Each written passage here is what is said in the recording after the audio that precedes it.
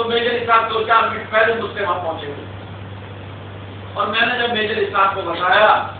کہ یار آج ایک وارڈن نے مجھے بتایا ہے کہ آپ جیسا ایک قیدی شاہی قلعے میں تھا اور اس کا مرڈر ہو گیا ہے، تو ہم دونوں خاموش ہو گئے یہ بات سن کر، اور ہوٹل میں گئے اور وہاں جا کر ہم بیٹھے، بیرا ہمارے پاس آیا کہ جی کیا لاؤں؟ میں نے کہا دفعہ ہو جاؤ۔ وہ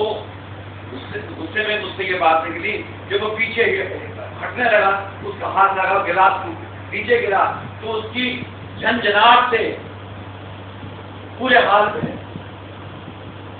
جھنجھناہٹ پیدا ہوئی، لوگوں کی توجہ کا ہم مرکز بن گئے، لیکن ہمیں کچھ پتا نہیں، ہم دونوں دویڑ لگا رہے تھے،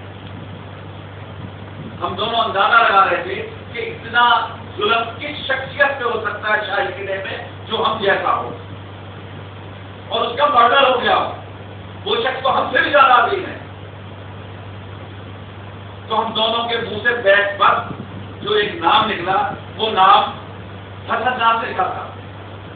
یہ وہ نہ ہو تو حسن ناصر شہید ہو سکتا ہے۔ تو میجر اسحاق نے اور فیض نے پھر طے کیا کہ ہم اس کا کچھ کرتے ہیں۔ تو فیض صاحب تو شاید سے نرم دل، کمزور دل،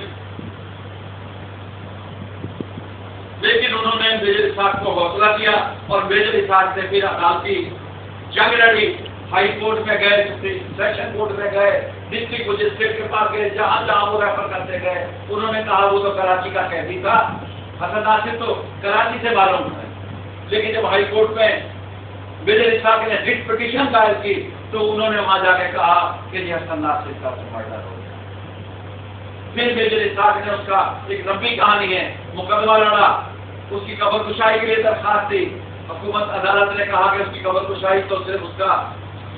خونی رشتے والا کوئی درخواست دے سکتا ہے۔ میجر صاحب نے پھر اس کی والدہ، حسن ناصر کی والدہ سے رابطہ کیا ہندوستان میں، حیدرآباد دکن کے نواب کی بیٹی تھی، اور وہ پھر وہاں سے چل کے لاہور آئی، پھر وہ درخواست دی گئی، پھر ان کی قبر کشائی اگلے دن ہونی تھی۔ تو میجر اسحاق، فیض احمد فیض اور حسن ناصر شہید عظیم کی والدہ محترمہ زہرا نمبردار حسین، وہ تینوں ایک کار میں سفر کر کے اس طرف ان کا رخ تھا جس طرف وہ قبرستان تھا، میاں علی صاحب کا قبرستان، جہاں کے بارے میں حکومت نے کہا کہ وہاں وہ دفن ہے اور کل وہ قبر کشائی ہوگی۔ میجر صاحب کہتے ہیں کہ میں نے اس قبرستان کے رجسٹر کو، اس میں رجسٹر ہوتا ہے اور ایک چوکیدار ہوتا ہے، میں نے اس رجسٹر کا ایک ایک ورقہ فروغ مارا، لیکن مجھے وہ حسن ناصر نام کی کسی میت کے تدفین ہونے کی وہاں کوئی نشانی نہیں ملی۔ لیکن جیسے ہی ہم اس میانی صاحب کے قبرستان کے پاس پہنچے، ہماری ہیڈ لائٹ پڑی، مغرب کا ٹائم تھا، اندھیرا ہونے کو تھا، تو ایک قبر پر 15-20 لوگ اس قبر کو ہم بنا رہے تھے۔ جیسے ہی ہماری ہیڈ لائٹ پڑی، ہم نے اپنی بریک ان لوگوں کو دیکھ کے ماری۔ وہ لوگ چور کے پیر نہیں ہوتے، وہ لوگ ایک دم بستر ہو گئے، اس قبر کو چھوڑ کے بھاگ گئے، جدھر کسی کا منہ تھا۔ فیض اور میجر اسحاق نے کہا کہ آپ ہم دیکھتے ہیں یہ کیا معاملہ ہے،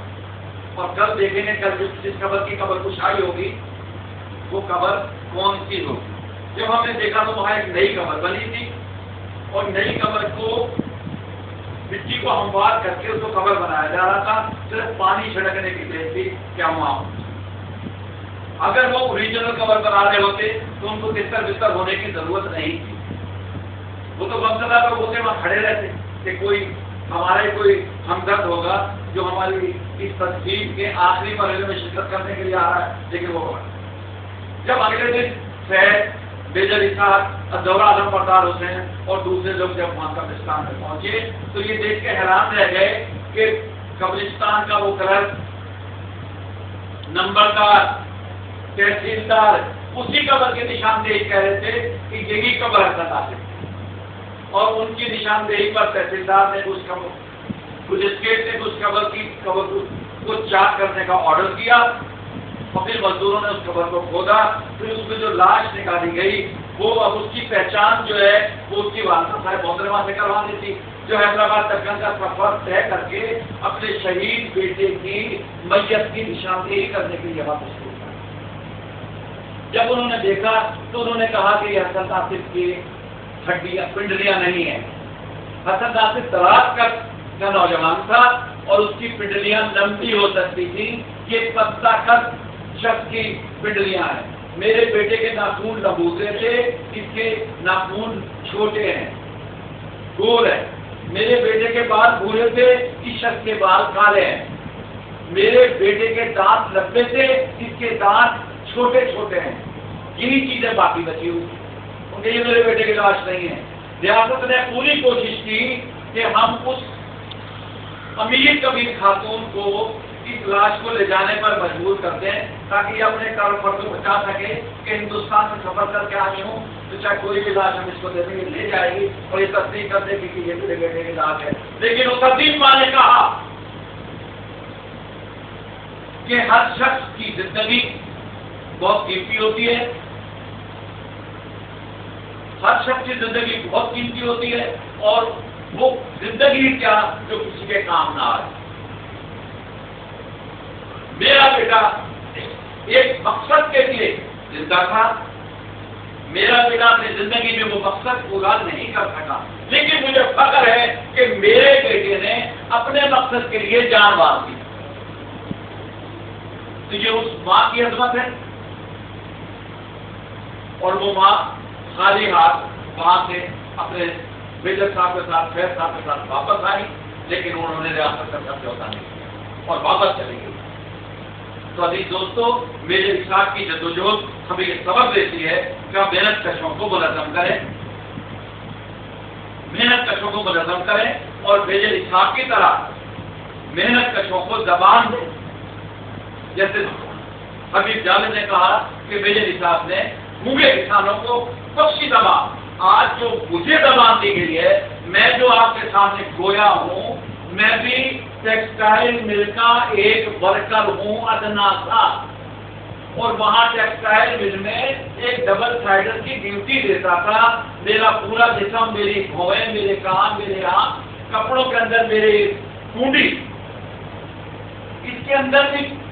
کاٹن گھسی ہوئی ہوتی تھی، اور جب میں نے نوکری چھوڑ دی تو کئی سال تک جب بھی میں اپنی کنڈی کو مجھے دیتا تھا تو اس میں کاٹن نکلتی تھی۔ تو اس سے آپ اندازہ کریں کہ ہمارے جسم کے اندر، ہمارے پھیپھڑوں کے اندر جو ٹیکسٹائل ملوں میں کام کرتے ہیں ان کے ساتھ کیا حشر کیا ہوگا یہ خاکہ۔ یہ ہماری زندگی، ہمارا اعزاز،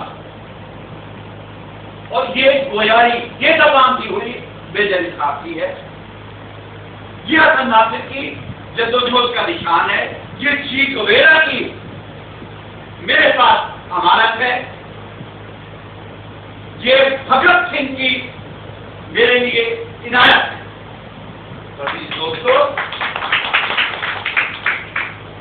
ہمارے لیے جیسے میرے فاضل دوستوں نے کہا کہ یہ اعزاز کی بات ہے کہ ہمارے ہاتھ لوہے کی طرح سخت ہوتے ہیں۔